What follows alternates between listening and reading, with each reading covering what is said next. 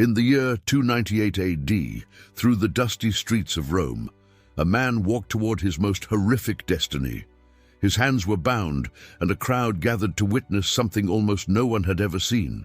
This would not be an ordinary hanging, nor even a crucifixion. What was about to happen was so bizarre, so profoundly disturbing, that even Romans accustomed to the brutality of the Colosseum would be shocked. The man's name was Marcus Aurelius Clemens, and his crime was the most unforgivable in Roman society: parricide, the murder of his own father. For this act, he would face the poena culae, literally the sack of death, a punishment so strange and cruel it defies modern comprehension. Rome would sew him alive into a leather sack alongside a venomous snake, a rooster, a dog, and a monkey before casting him into the river. To Romans, parricide was not just a crime against family. It was an offense against the gods, against nature, and against the very structure of Roman society. The father was absolute authority, and killing him meant shattering the foundation of Roman order itself. Marcus grew up on the Aventine Hills, the son of a wealthy spice merchant named Lucius Clemens. But wealth masked cruelty. Lucius beat slaves to death and humiliated Marcus in public, treating his son as little more than property. The breaking point came during a feast in 297 AD, when Lucius, drunk with rage, accused Marcus of theft and ordered him stripped and whipped before dozens of guests. 3 months later, Lucius was found dead, poisoned.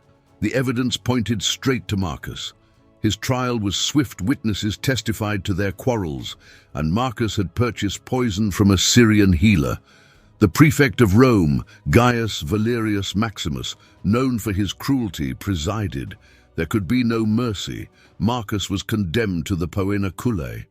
The ritual began with public humiliation.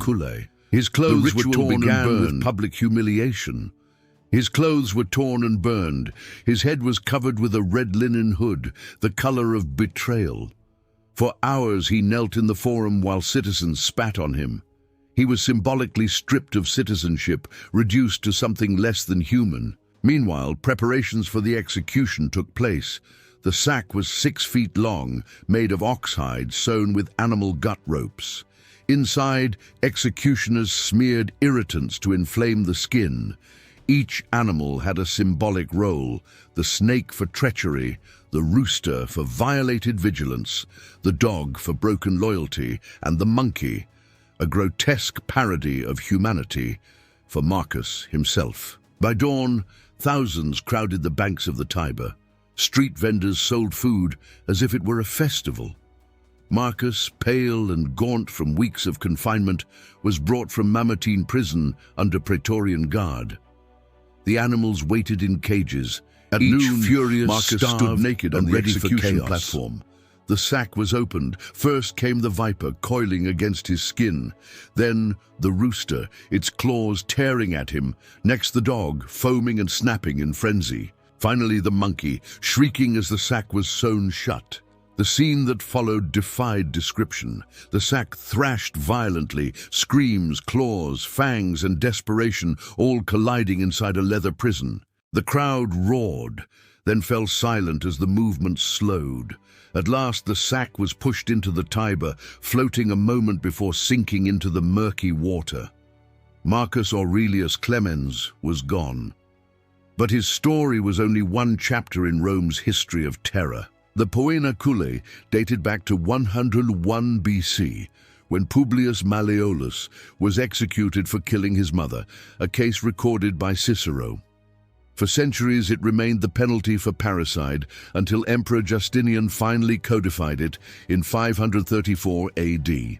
By then, the rise of Christianity had already pushed Rome away from such horrors, and the punishment was abolished. The death sack was not merely an execution, it was a ritual of degradation designed to erase a man's humanity, turning him into a beast fighting for survival. It was theater, a public reminder that Roman power could strip anyone of dignity. The story of the poena culae forces us to ask, when justice becomes spectacle, Where is the line between law and cruelty?